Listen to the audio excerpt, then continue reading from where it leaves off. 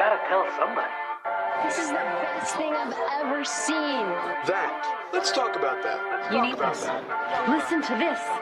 Memorable and exciting. Well, then be less boring. I'm going to tell everyone. Wait here. Mighty remarkable, Big Daddy. Remarkable? Remarkable. Welcome to Remarkable, a podcast for B2B marketers that deconstructs the most iconic moments in film, television, pop culture, and advertising for a single purpose, to give you, the B2B marketer, the same storytelling techniques that the pros use. In each episode, you will learn techniques from Hollywood, Pixar, Marvel, and beyond, from Spielberg's hands to yours, bringing remarkable content ideas to you every single week. I'm Ian Faison, CEO of Caspian Studios. This is Remarkable. This week we're talking about B2B marketing lessons from the Dos Equis Most Interesting Man in the World and how to use slogans in your marketing. He can slam a revolving door. He is the most interesting man in the world. I don't always drink beer, but when I do, I prefer Dos Equis. Top line is the most interesting man in the world was kind of just a huge advertising campaign for Dos Equis. That is Dane Eckerly, head of development at Caspian Studios and Mr. Hollywood big shot movie maker himself. What's remarkable about the Dos Equis Most Interesting Man in the World is the powerful slogan. That is Meredith O'Neill, our amazing producer extraordinaire for this show and many other shows at Caspian Studios. You can think of like your brand slogan almost as if it was a movie trailer. Like you want to get your key point across. You want to pique enough interest for audiences to engage with the content you're putting out, which I think is like definitely done through having a strong character and having a very strong slogan. So a lot of B2C companies do it really well. Like Nike, just do it. Again, it's a CTA wrapped up in a slogan. You're like, just do what? But like, do it. Like, do everything. That is Annika Das, B2B content marketing manager here at Caspian Studios. They're like super grainy videos, like homemade style videos, which was so different from any other beer brands that like the highly produced commercials that were out at the time. Like it kind of just caught your attention when you saw it. That is Colin Stamps, our podcast launch manager here at Caspian Studios and our marketing aficionado.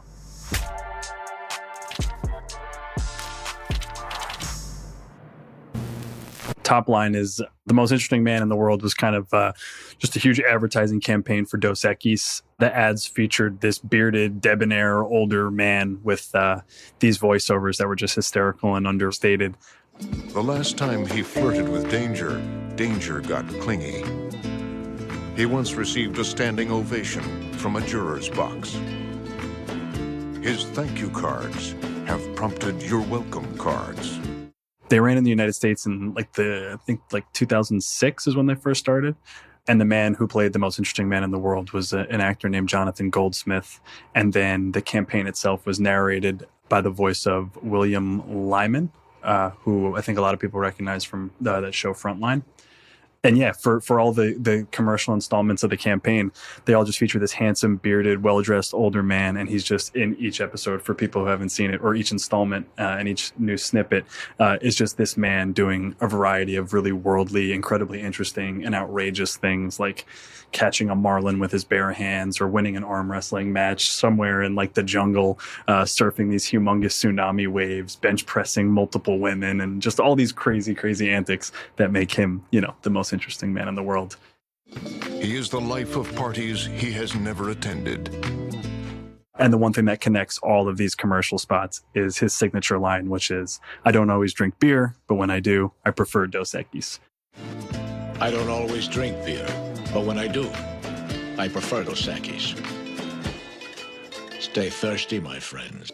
And yeah, and then he would always cap it off as well with "Stay thirsty, my friends." And I feel embarrassed even muttering these lines into a mic. I hope we can all say them, so I feel less bad about having to repeat them in a way that's far less interesting than the interesting man in the world. But yeah, that's kind of what made the campaign so famous. Meredith, anything to add there? Dos Equis is made by the Cuauhtémoc Moctezuma Brewery, which is based in Monterrey, Mexico. And it's owned by Heineken, and they also produce Tecate and Sol, if you're familiar with those beers. And the ads for this campaign were created by an agency called Euro RSCG New York. Yeah, I think the slogan says like, it's something to hook onto as a consumer. Like by drinking Dos Equis, you could be also as interesting as that guy. And I think that in just a few words, you sum up that sort of like brand identity. He wouldn't be afraid to show his feminine side if he had one. They launched this campaign in 2007, and afterwards, like in the time frame of like 2007 to 2015, Dos Equis shipped, like their shipments grew over like 30%, and they tripled their business since then. So like from 2007 to now, they've like tripled their business, which is crazy. And then Heineken, the company that owns Dos Equis, estimates that around like 25% of its future growth will come from the Dos Equis brand, which is really impressive when you think about it. That's incredible. Yeah, I wonder what the like mind share was of Dos Equis in America at that point. Because like you see it all the time now. I feel like it's like at, the gas station, it'll be like Corona and Dos Equis. Yeah. And it's crazy, like, to have that kind of an impact over a decade later, like since launching a campaign that people like we're still talking about it. Getting into the mind of like why they created this sort of thing, or like what the goals were. What do you think that they were sort of thinking? I mean, looking at it, retroactively, is like Corona was like the Mexican beer in America that I feel like the vast majority of people drink. I don't know if that's true, but I feel like that had to be pretty close to true.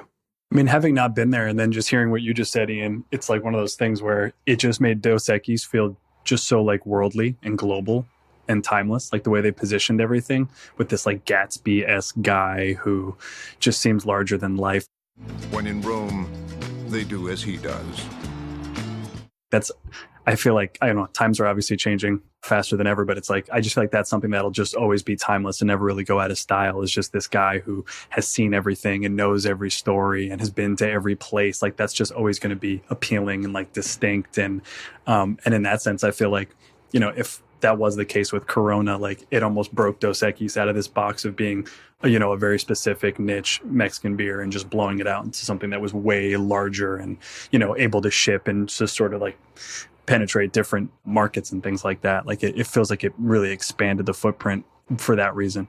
And I feel like the slogan, I don't always drink beer, but when I do, I prefer Dos Equis, is like he is identifying himself as a Dos Equis drinker only. And I feel like it's when you find a brand that you love and you can swear by.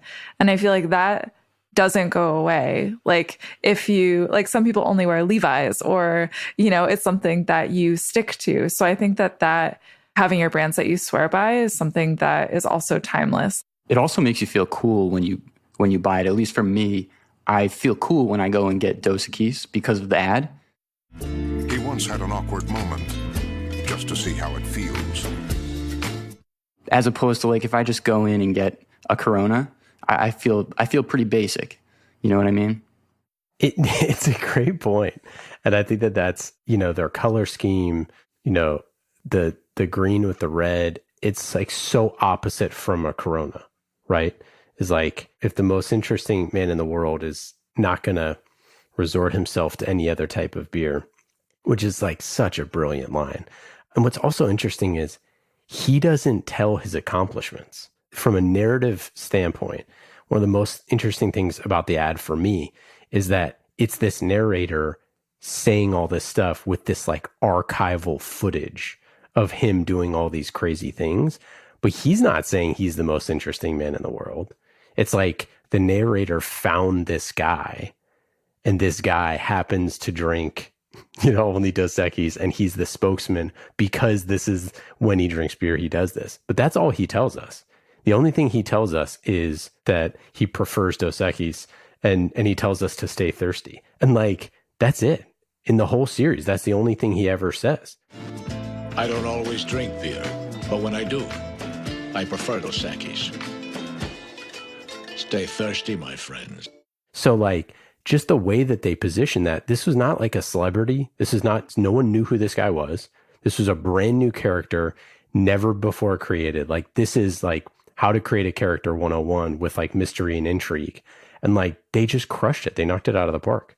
That's actually such a good point too. I never thought of that. It's like he's obviously delivering the message, but he doesn't tout his own accomplishments. And I think like he has more gravitas with the message and the words that he does say, because he's not tooting his own horn. Like somebody else is putting him on and saying, or saying and showing all the cool things from this guy's life. But I feel like a lot of times with, ambassadors or brand spokespeople, like they'll be the ones saying, I'm a doctor and you should listen to me about this medication for this reason. And here's all of my accolades. And you're like, yeah, okay, take it easy. Whereas this guy is just doing his thing. He's hanging out in the jungle. He's surfing, doing what he does. Super interesting. And someone else is saying, he's the man. Listen to everything he has to say. And in that sense, like as an audience, I feel like that works on us.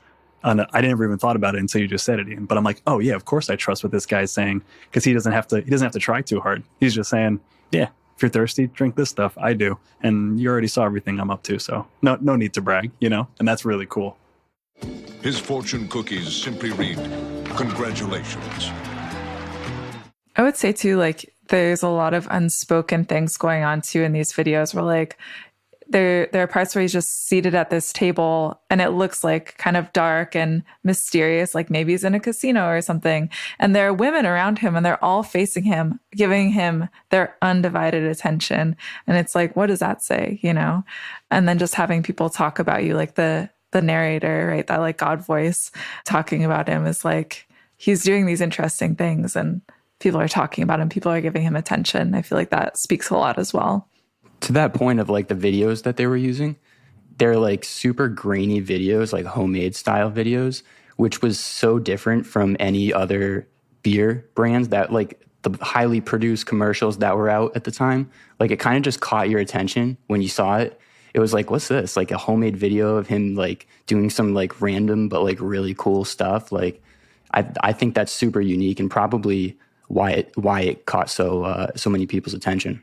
Yeah, I think going off of that too, Colin, like with the grainy old school film style, like they also sort of replaced the traditional like young actors you usually see in commercials for alcoholic beverages, like especially beer, like by having this really cool man who's lived like clearly a really rich life with awesome experiences. Like it was very different to have someone that has like a personality, but also be like way older than like the general population who is probably like watching these kinds of ads, and compared to like all of the other like beer brands and their competitors also, like it was just such a different personality. But I think that goes to like play into sort of like the Dos Equis mission, I think, of like this whole thing of they wanted people to like see this man and like hear what he was saying and be like, wait, I want to be like him, because they can envision themselves as him because he's like so much older, like way more experienced,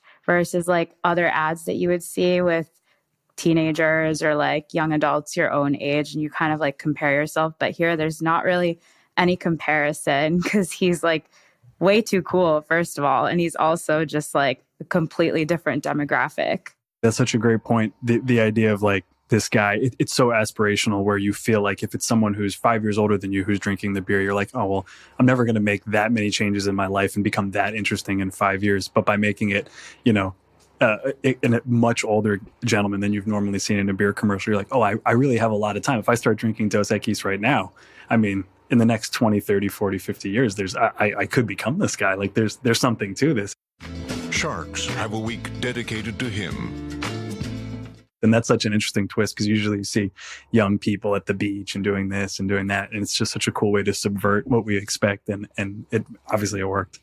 Yeah, I mean, Corona's ad campaign is basic, and not to say Corona's ad campaign is like brilliant, but it's basically like hot beach, chill, drink a Corona, right? Whereas this is like completely different from that. It is like, I have seen the world, I've traveled everywhere, and I don't always drink beer. But when I do, this is the one I choose. So it's like, if you want to do that stuff, then like, you can make this decision for yourself. I think what's so cool about this is, and let's get into the slogan here. A slogan is a short and striking or memorable phrase used in advertising. Historically, a slogan was a Scottish Highland war cry.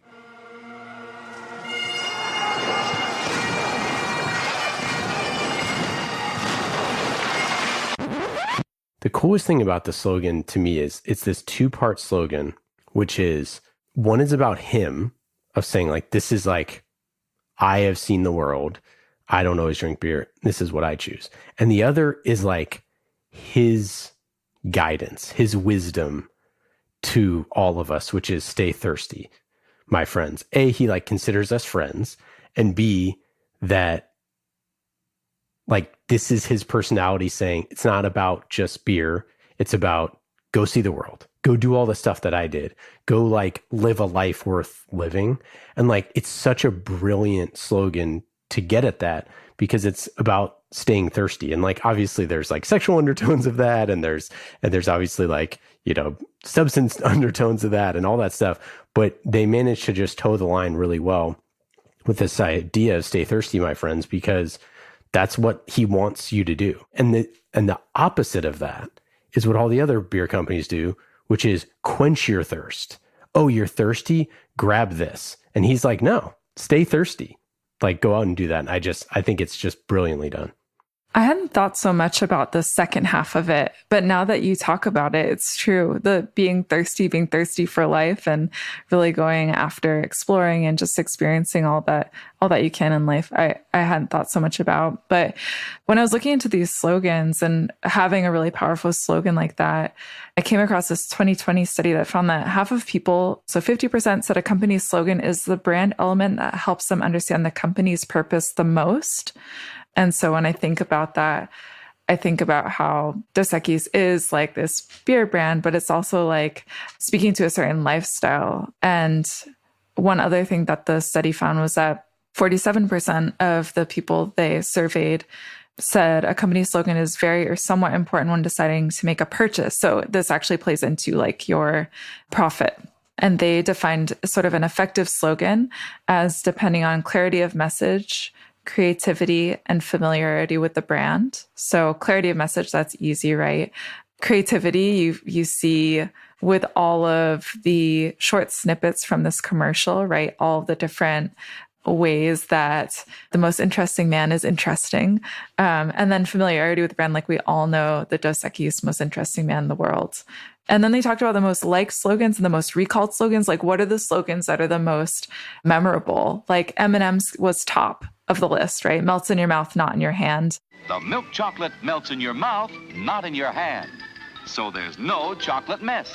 There's clarity of message, creativity, familiarity with the brand. We all know that M&M slogan. They also had the few, the proud, the Marines. What happens in Vegas stays in Vegas. The happiest place on the earth, which is Disneyland, and easy breezy, beautiful cover girl. So those all have those three elements of being super powerful slogans. And I feel like the Dos Equis most interesting man in the world has all of that too.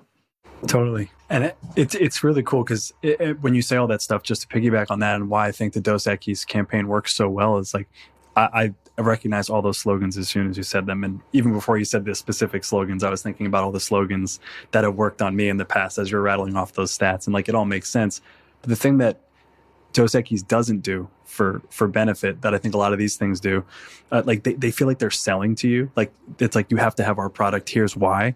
With the Dos Equis thing, A, it's on brand for his character, but B, just from like a psychology standpoint, like he's like, yeah, I don't always drink beer. You know, it's all good. If you don't want to, you don't have to. Like immediately, it just takes all the pressure out. And just from the jump of the log line, right as it starts, I'm like, oh, I don't have to do what this guy's telling me. He's not badgering me or beating me over the head with a message. He's just like, hey, I'm the man. I don't always do it. Maybe you don't.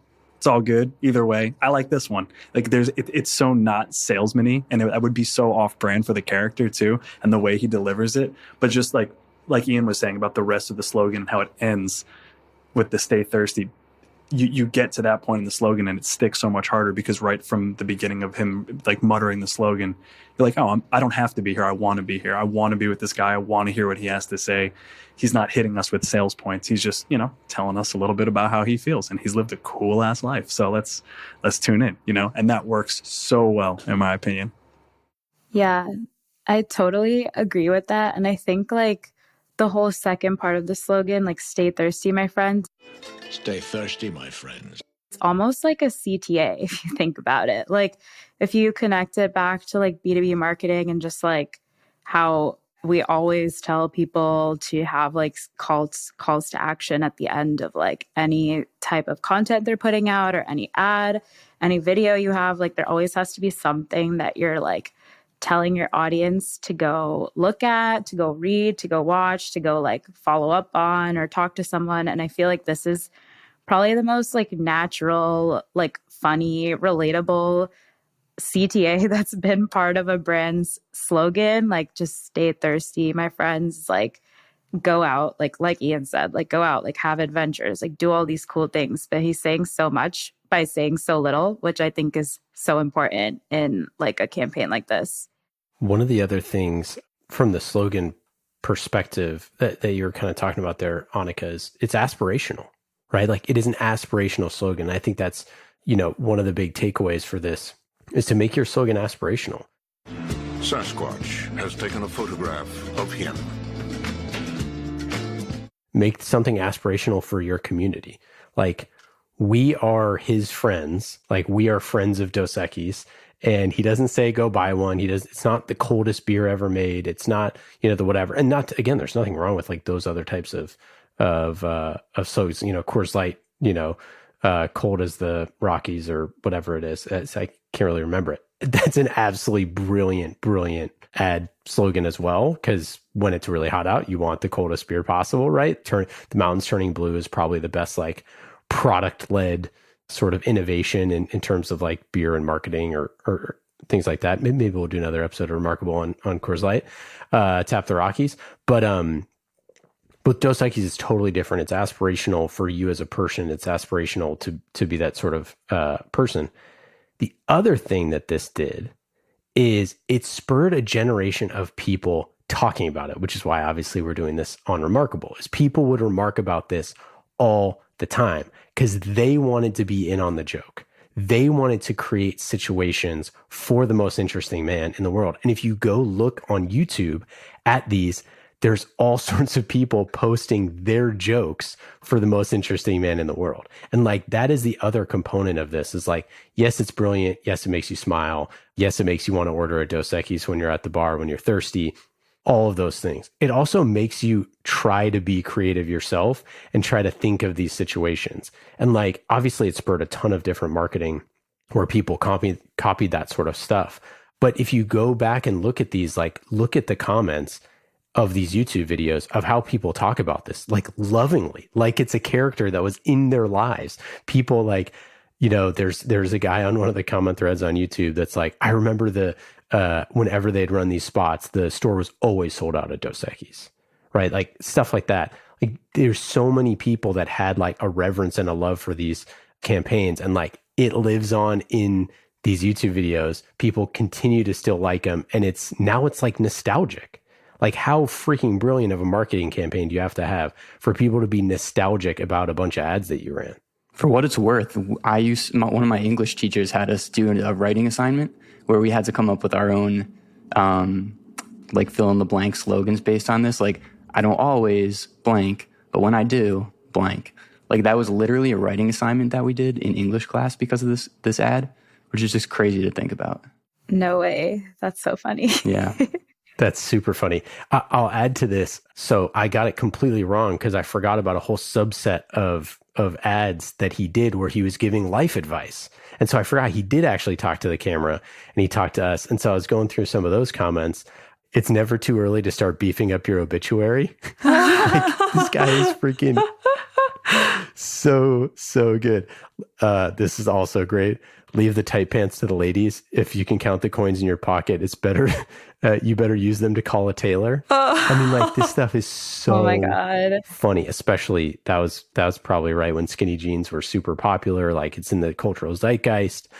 Again, it's like they used a narrator to tell the tale. They used this like grainy footage of him doing all these worldly things, and then they established him as this sort of like father figure to sort of all of us to say like, hey, now I'm going to give you some advice of how you should live your life. Like, and we listened, like we actually did these things. Find out what it is in life that you don't do well, and then don't do that thing. By the way, these original ads, these are 25-second spots. These are 30-second spots. They tell the entire story in 25 seconds using quick cuts, using quick stuff. If these ads launched today, brand new on social, they would go berserk viral on TikTok. These would do like billions of views if this same ad campaign was launched today, but it was launched, during like traditional television. So it's just like, this is the sort of stuff that is so good. Yeah, when you talk about creating an iconic character to deliver the slogan and the message, it's like people dress up like this guy for Halloween. The actor slash in character was invited to the White House to sit with Obama. I mean, that's insane. What other beer, commercial actor has been invited to the White House for the performance they delivered in the beer commercial? Like, it's nuts. That's wild. How much that just penetrated culture and just, became so iconic. It's crazy. That's insane. This is a character that a marketer made up, right? Like, how freaking inspiring that is that to be a content marketer and to think that I could create a character that meets the president. Like, that's crazy. And then famously, so they switched to another actor to try to sort of go in a different creative direction. It completely, flopped and didn't work. And then they stopped the ad campaign when Dos Equis sales were slowing. And, this is one of those things, like, this ad could have gone forever. They could have, obviously there's extenuating circumstances and people change companies and, all that sort of stuff. But like, these ads could have ran forever. They would have always been great. They could roll them back out tomorrow and say, hey, we found a bunch of archival footage of the most interesting man. They could go knock on the actor's door and they could make another 1,000 of these and nobody would care. We would all be excited. And that's like, again, it's the power of creating an actual character, giving them backstory, and then being able to let that stuff happen, and then giving them the slogan, right? He is the one telling us the slogan. It's not the company telling us the slogan. It's a person, right? And like, it's a very big difference. Okay. Applications to B2B.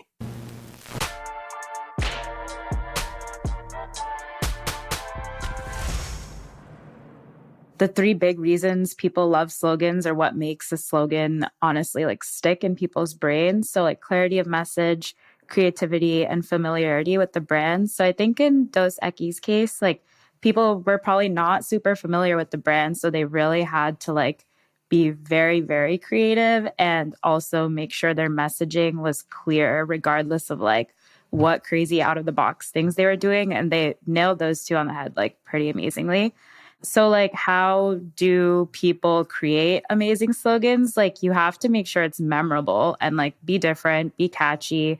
I think like what people can learn, what people in the B2B world can learn from Dos Equis specifically is like from the whole like signature style of the campaign, like grainy old school films.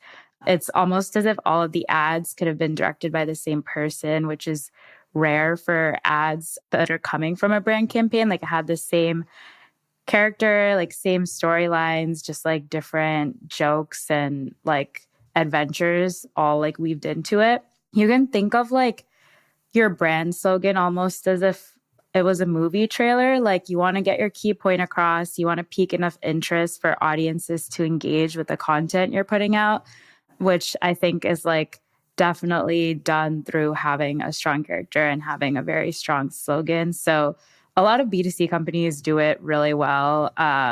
Like Nike, just do it. Again, it's a CTA wrapped up in a slogan. You're like, just do what? But like, do it. Like, do everything.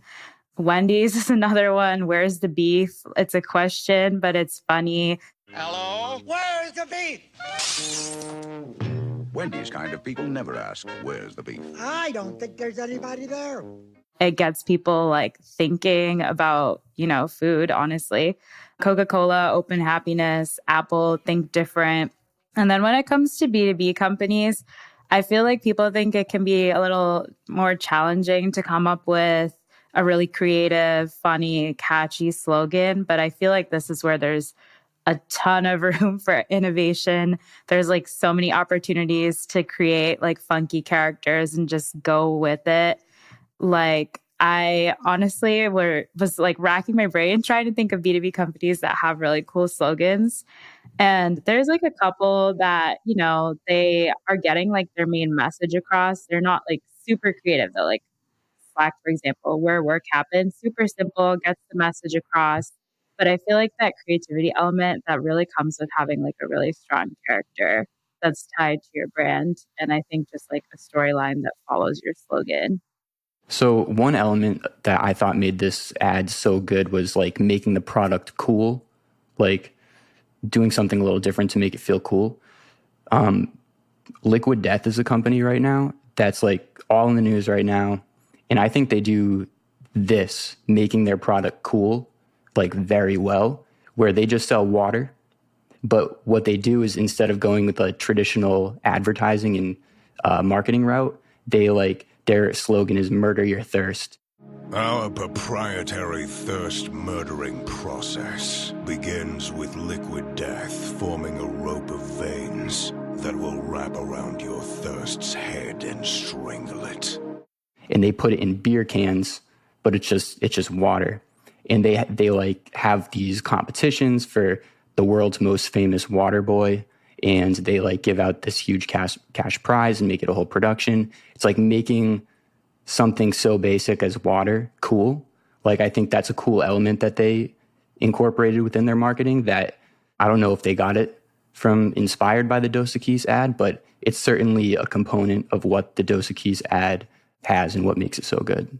Wait, that's such a good example. I didn't even think of them. And I think that's like, they like built a community around their whole like brand, basically, like their whole kind of like messaging and their like story by having like this water boy kind of like competition, like you're engaging your audience similar to how Dos Equis, like probably not on purpose, but people still like made their own versions of the slogan, like in the YouTube comments, and like you, Colin, you did like an English assignment on it. Like it's creating kind of like little mini communities of people that are like just really engaged with your company. And I feel like they're advertising for almost like straight edge people. And it's got that like badass kind of, I mean, the slogan is super badass, right? Like, and I feel like that's part of being straight edge is just being a little edgy and having sort of that persona around it too. So I think that they like know their audience super well, or their target audience, but that it works in so many other situations where it's like, maybe you don't want to drink, but you still want to hold something that looks like an alcoholic beverage. So I think that's part of like knowing their audience super well too. Yeah, and the liquid death stuff is so cool because they incorporate the murder your thirst and people murdering the environment by using single-use plastic. That's why all their stuff is in cans too. So they have like a really strong social element to that as well. People have gotten liquid death tattoos and all sorts of stuff. I think the idea of finding that thing about your company that's unique that you can push into, and I think that a lesson for B2B companies is the aspirational piece of this is like, stay thirsty, my friends, is so aspirational. Having this character that says, I don't always drink beer, but when I do, I prefer Dos Equis. He doesn't even say I drink. He says I prefer. God, it's just brilliant copywriting. But the idea that isn't the slogan, right? The slogan isn't him saying the brand. The slogan is stay thirsty, my friends. And like, that's a key differentiator, right? Is like the aspirational part of your slogan, which is you want your community or your fans or whatever, or the people who purchase your product to do X, Y, and Z, to live a great life, to explore, to, innovate, to do whatever it is that you want them to do. Like that is aspirational. Talking about your company is very different. And like, this is what I call the wear the t-shirt moment is like, would you wear a t-shirt that says, I prefer Dos Equis? Well, actually, you might, because that's pretty cool still. Or would you wear the t-shirt that says, stay thirsty, my friends? Right? And it's like, that's the wear the t-shirt moment. Is like, would you wear the t-shirt that says whatever, some, lame B2B slogan like optimize together? No, you wouldn't wear that. But you might wear something that is more aspirational or is funny or is connected in some way. And that's really what I think they tap into with Dos Equis is this sort of, building something that's greater than just their product, which is what we all want to do. All right, I'm going to read some stuff here. This is the YouTube comments. He's given life-altering advice to those who eavesdrop. He always gives 100%, even when donating blood. He lives vicariously through himself. Some say he found the fountain of youth, but didn't drink because he was thirsty. Both sides of his pillow are cool, which is like, that's been memed like 5 million times. Mosquitoes refuse to bite him purely out of respect. I love that. That's good. That's so favorite. Good. The ultimate level of respect. And anyways, what's so fun about this stuff is people up in the comments posting all this stuff. Some of it's their own creation. Some of it's clips from the different videos. Like, it's just, it is pervasive and it's cool and it's interesting and it sparks conversation. And therefore, it's remarkable. Well done, team. I think we covered it. Thanks to everyone for listening. We'll talk to you soon. Well, that's it for today. I hope you got some good ideas for your B2B content. Thank you for listening to Remarkable. I'm Ian Faison, CEO of Caspian Studios. Remarkable is created by the team at Caspian Studios, B2B podcast as a service. Caspian also creates fiction series for B2B companies, so if you want a business thriller, you can learn more at caspianstudios.com. Hollywood-style storytelling for B2B. And in today's episode, you heard from myself, Ian Faison, Dane Eckerly, our head of development, Colin Stamps, our podcast launch manager, Annika Das, B2B content marketing manager, and Meredith O'Neill, senior producer here at Caspian Studios. Remarkable was produced this week by Meredith O'Neill, mixed by Scott Goodrich, and our theme song is Solomon by Falak. Be remarkable and rise above the noise.